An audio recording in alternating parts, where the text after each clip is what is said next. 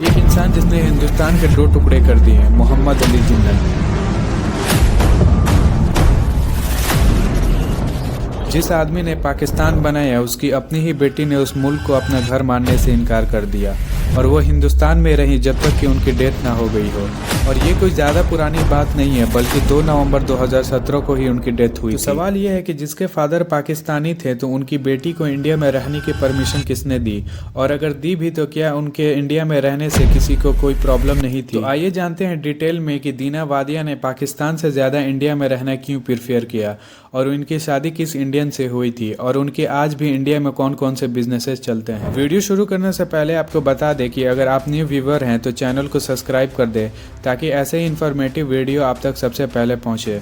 तो चलिए शुरू करते हैं वीडियो। दीना वादिया के बारे में जानने से पहले हमें उनके पेरेंट्स के बारे में कुछ बातें जाननी ज़रूरी है, ताकि जब वीडियो में आगे उनके बारे में बताया जाए तो आप इजीली रिलेट कर सकें। मोहम्मद अली जिन्ना, जो कि 1892 में इंग्लैंड जाते हैं लॉ की पढ़ाई करने।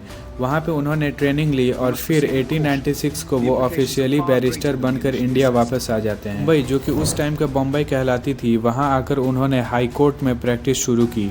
उनकी इंग्लिश फ्लुएंट थी, पर्सनालिटी कॉन्फिडेंट और उनकी ड्रेसिंग सेंस काफ़ी लोगों को अट्रैक्ट करती थी। और फिर एक इवेंट के दौरान उनकी मुलाकात होती है एक पारसी लड़की रतन बाई पेतीत से, जो वहाँ पे एज अ गेस्ट आई हुई थी, और दोनों में आपस में बातें हुई। रतन बाई पेतीत ने उनसे पॉलिटिक्स और फ्रीडम के आइडियाज़ पे सवाल किए और वो जिन्ना से काफ़ी इम्प्रेस्ड हुई, और जिन्ना को भी उनका फियरलेस नेचर और मॉडर्न थिंकिंग काफ़ी अट्रैक्ट करने लगी। आगे चलकर दोनों ने शादी भी की, वो हम वीडियो में आगे जानेंगे। तो उस इवेंट के बाद कभी कभी किसी टॉपिक को लेकर वो दोनों मिलने लगे और फिर नज़दीकियाँ बढ़ने लगी।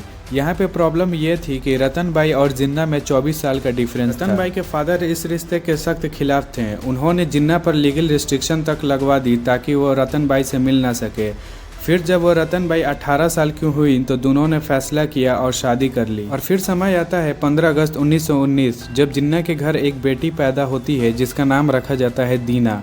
दीना का बचपन आम लड़कियों जैसा बिल्कुल नहीं था। उसका बचपन आराम और सॉफिस्टिकेशंस के माहौल में गुजरा, बॉम्बे के इलाइट सर्कल और इंग्लिश एजुकेशन और फ्रीडम में। लेकिन बाद में उनका बचपन डिफ़िकल्ट होता चला गया, और फिर दीना जब 9 साल की थी, और कुछ सोर्स में मेंशन किया है कि जब वो 10 साल की थी तो उनकी माँ रतन बाई की डेथ हो जाती है और वो काफ़ी ज़्यादा अकेली फील करने लगती है। दूसरी तरफ जिन्ना, जो कि अपने काम में बहुत ज़्यादा बिजी रहा करते थे, पॉलिटिक्स, मीटिंग, स्पीचेस में, यहीं से दोनों में धीरे धीरे दूरियां शुरू हो जाती हैं। उसने बॉम्बे और इंग्लैंड में एजुकेशन ली, high society parties, elite gathering और बिजनेस फैमिलीज के बीच उसकी परवरिश हुई। यहाँ तक तो सब कुछ नॉर्मल था। फिर उसकी मुलाकात होती है एक इंडियन बिजनेसमैन नविल वाडिया से। आगे चलकर दोनों ने शादी करने का फैसला किया, लेकिन ये बात जब जिन्ना को पता चली तो वो बहुत ज़्यादा नाराज़ हुए और उन्होंने शादी से साफ इनकार कर दिया। फिर दीना ने एक ऐसा जवाब दिया जिसने बाप और बेटी के रिश्तों में दूरियां पैदा कर दी। वो जवाब ये था, there were millions of Muslim boys in India, was there no Muslim girl for you to marry. ये जवाब सुनते ही जिन्ना चुप हो गए और वहाँ से चले गए।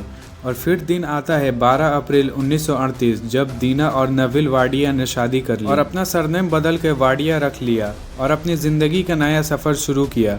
फिर साल आता है 15 अगस्त 1947, जब दीना को अपने ज़िंदगी का सबसे बड़ा फैसला लेना होता है। उनके सामने 2 ऑप्शन थे। पहला ये कि अपने हस्बैंड को छोड़कर अपने फादर के साथ हमेशा के लिए पाकिस्तान चली जाए, या फिर दूसरा ये कि अपनी ज़िंदगी को कंटिन्यू रखे।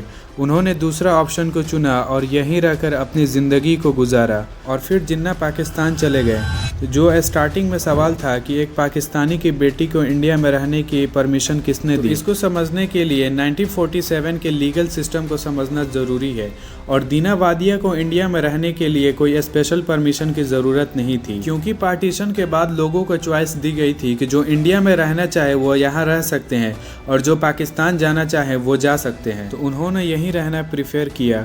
और फिर 11 सितंबर 1948 को जिन्ना की डेथ हो गई।